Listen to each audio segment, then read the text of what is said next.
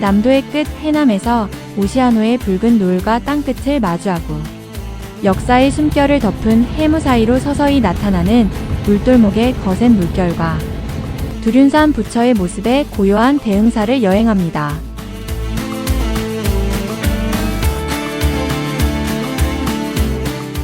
지금은 남도 여행 중입니다. 신안의 퍼플섬을 여행한 뒤 월출산 등반을 위해 영암으로 가는 도중에 상대포 역사공원에서 야경을 즐기고 귀국산장에서 1박을 하고 월출산 등반을 마친 뒤 해남 116이란 곳에서 우연히 호화로운 숙박을 하고 아침 일찍 해남 우수영을 건너서 진도타워에 올라선 후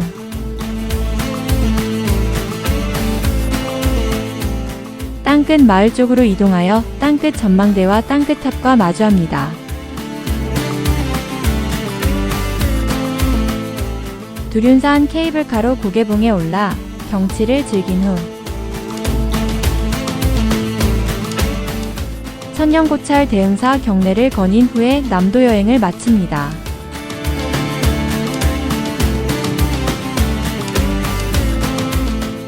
큰 계획 없이 시작된 남도의 여행 중 퍼플섬에 약간 실망을 한 뒤 월출산 등반의 희망을 갖고 영암으로 향합니다.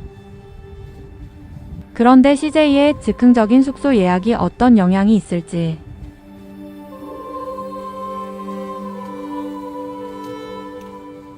이곳 상대포는 통일신라 시대에 당나라와 연결된 해상 관문 중의 하나였다고 하며 현재는 간척으로 바다가 사라졌지만 천년 전 사람들에게는 새로운 세상으로 나아가는 출발점이었다고 합니다.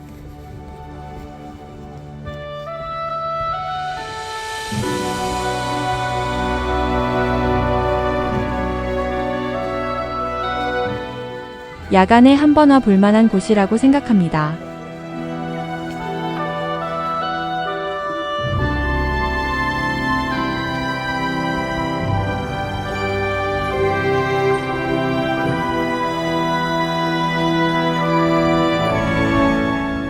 이렇게 좋은 이미지를 품고 우리가 예약한 숙소로 들어왔고 이곳이 배우 송중기가 묵었던 모텔이라고 하여 예약했는데 지금이 통일신라 시대였다면 대박 났을 그런 곳이네요. 나는 이곳에서 수건 한 장을 덮고 밤을 지새우다가 월출산에 올랐다 죽을 뻔했습니다. 그런데 또 다시 CJ의 즉흥적인 숙소 예약으로 해남 116이란 곳으로 향하고 있는데 조금은 걱정입니다. 드디어 숙소에 도착했는데 대박입니다. 그런데 말입니다. 예약 날짜가 다음 주라고 하네요. 그래서 손이 발이 되도록 싹싹 빈 끝에 추가 요금을 내고 간신히 이곳에서 묵게 되었습니다.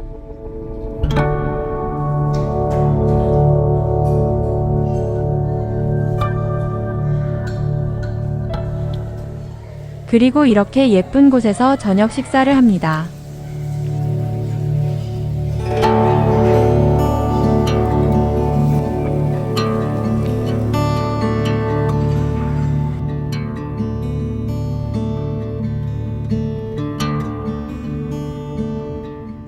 이틀간 얼마나 고생을 했는지 눈물이 나도록 아름다운 석양입니다. 이렇게 에너지를 충분히 충전하고 새날이 밝았습니다.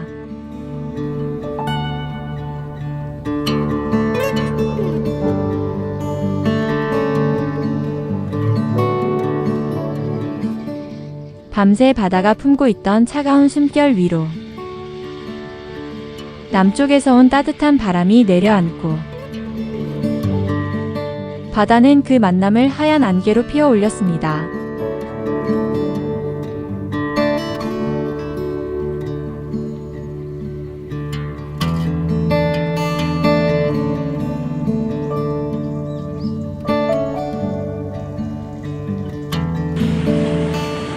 아침 식사를 하자마자 우리는 땅끝을 향하는데 지나는 길에 우수영이 눈에 들어와서 다시 즉흥적으로 그곳으로 향합니다.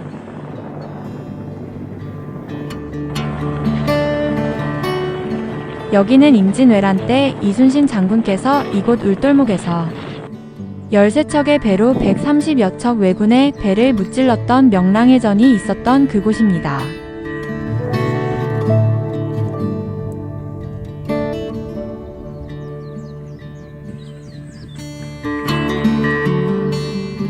해무가 바다와 하늘의 경계를 지워버리고 섬들은 구름 바다에 떠있는 연꽃이 되었습니다.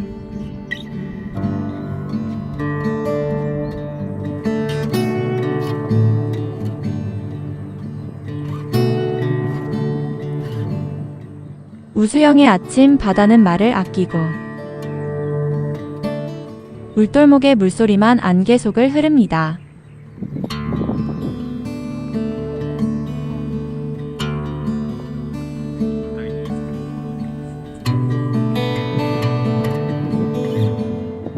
진도대교는 구름 위에 걸린 한 줄의 분놀림 같고 떠오르는 햇살이 해무를 걷어내고 명량의 바다는 천천히 역사의 얼굴을 드러냅니다.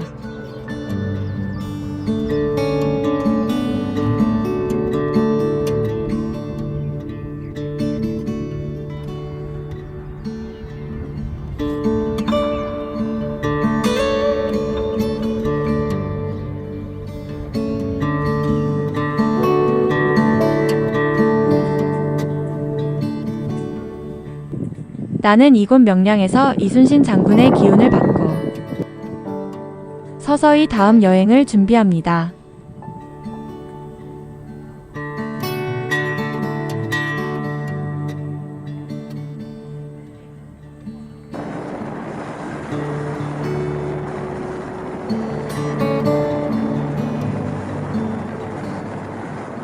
이제 한반도의 끝자락을 바라보면서 한참 차를 달려서 땅끝 전망대에 도착합니다.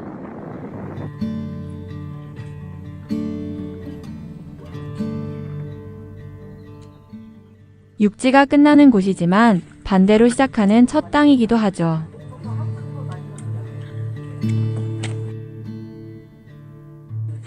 그런데 이곳 전망대가 땅 끝이 아니었습니다.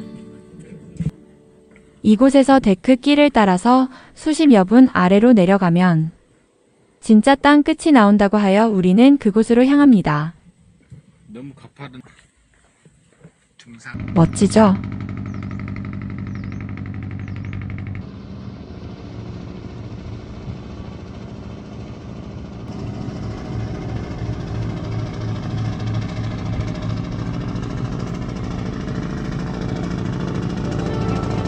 여기 이곳이 바로 대한민국 육지의 끝 땅 끝입니다.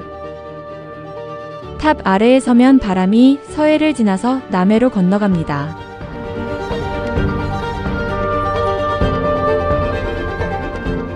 감격입니다.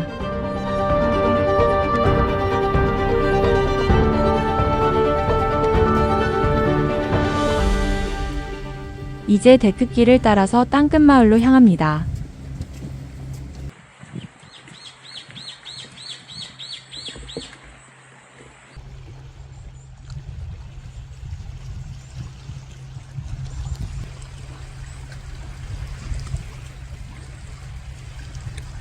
땅끝을 따라서 느릿느릿 걸으면서 땅끝 해변의 풍경을 눈에 담고 이렇게 해남의 바다가 시작하는 곳까지 나가봅니다.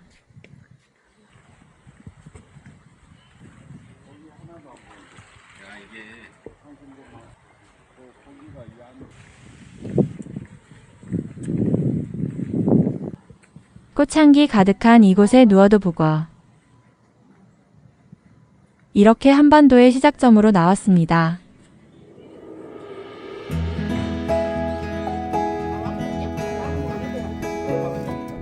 이제 모노레일을 타고 다시 전망대로 올라가는데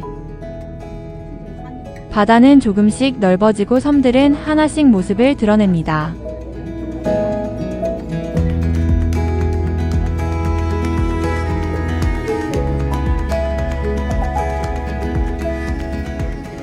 땅끝이라고 부르는 이곳이 사실은 시작이었음을 알게 되었고 순간 이동하여 벌써 두륜산 케이블카에 몸을 실었습니다.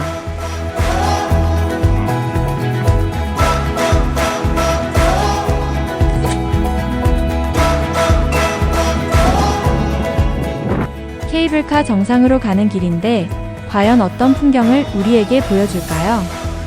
철쭉이 만발한 곳에 도착했는데 고개봉이라고 하며 멀리서 보면 높은 하늘을 향해 솟은 상투 모양이라고 합니다.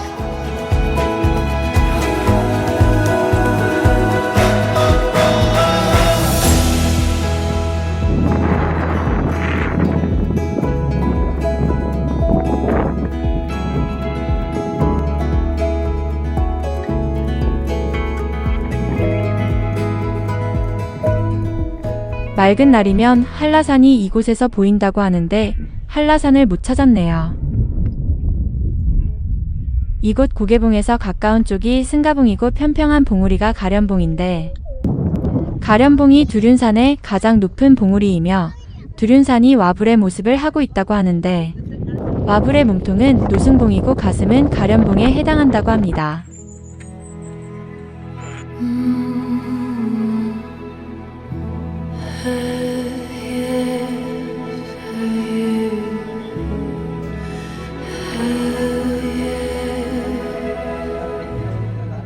이제 케이블카를 타고 내려가는데 재밌어 보이는 놀이시설도 있네요.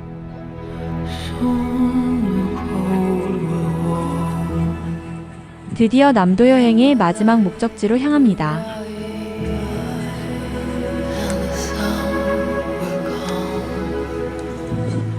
대흥사는 두륜산 계곡에 자리한 천년고찰로 백제 성왕 때 승려 아도가 창건하였고 임진왜란 당시에는 서산대사가 승병을 조직한 중심 사찰로 알려져 있습니다.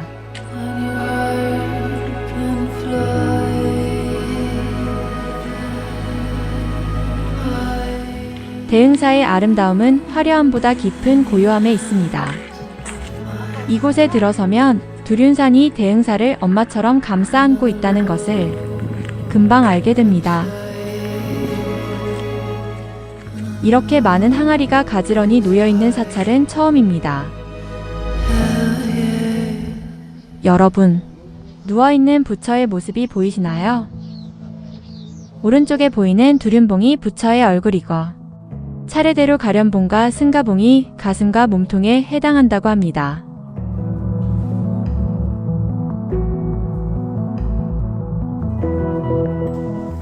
대흥사는 이 거대한 두륜산 와불의 품속에 아기처럼 자리 잡고 있는데 이 놀라운 풍경에 입을 다물지 못합니다.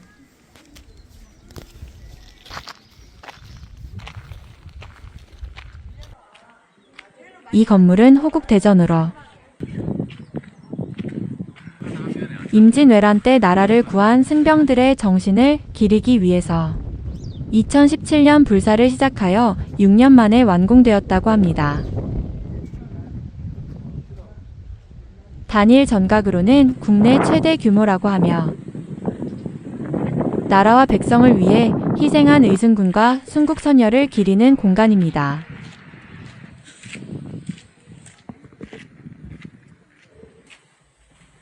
표충사는 서산대사 휴정을 모시는 사당으로 그의 제자인 사명대사 유정과 처형의 영정도 함께 모시고 있으며 정조는 세승려의 충정을 치하하여 표충사라 사획하였다고 합니다.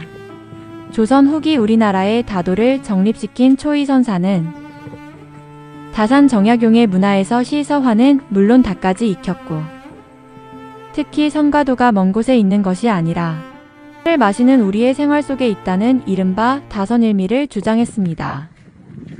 있어야 되는데. 열리목은 비교적 자주 볼 수 있지만 열리근은 훨씬 드문 현상이라고 하는데 서로 다른 나무의 뿌리가 오랜 세월 동안 자라면서 합쳐진 열리근은 인연 화합 상생 공존을 상징한다고 합니다. 이렇게 붙어 있으면 끝까지 가는 거죠.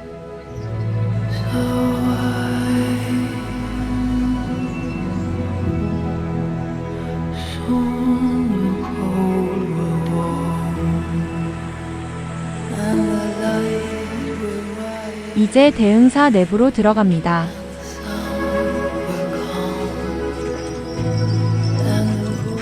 요즘 사찰에 유행하는지 마니차가 눈에 띄고 특히 야자수과의 종려나무가 너무 이채롭습니다.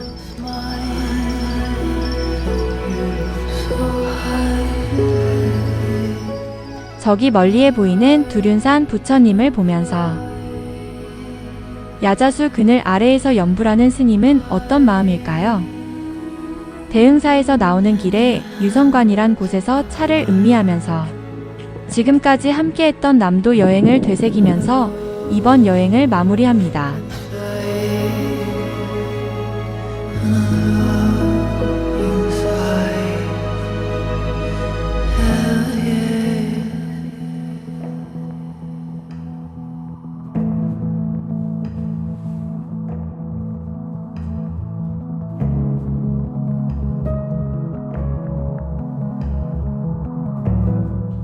상대포의 야경은 강물 위에 하루의 기억을 띄우고 해남 116의 석양은 바람되어 가슴속에 오래 머물 것이고 진도대교와 우수영의 구름속 연꽃들은 역사의 숨결로 자리 잡고 땅끝과 두륜산 그리고 대흥사의 고요는 우리들의 땅과 우리의 마음을 이어줍니다. 돌아서는 길 끝에서 아쉬움 가득하지만 남도의 풍경은 한편의 시가 되어 영원히 빛납니다.